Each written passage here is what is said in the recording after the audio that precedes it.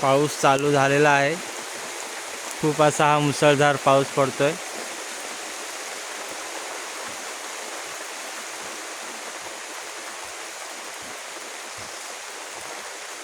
इथे बघा, हा केळीचा घड आहे.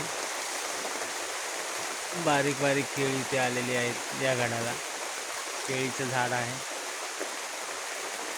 समोर लिंबूचं झाड आहे. केळीचा घड आहे आणि जोरदार असा इथे पाऊस आता कोकणात सुरू झालेला आहे गावामध्ये.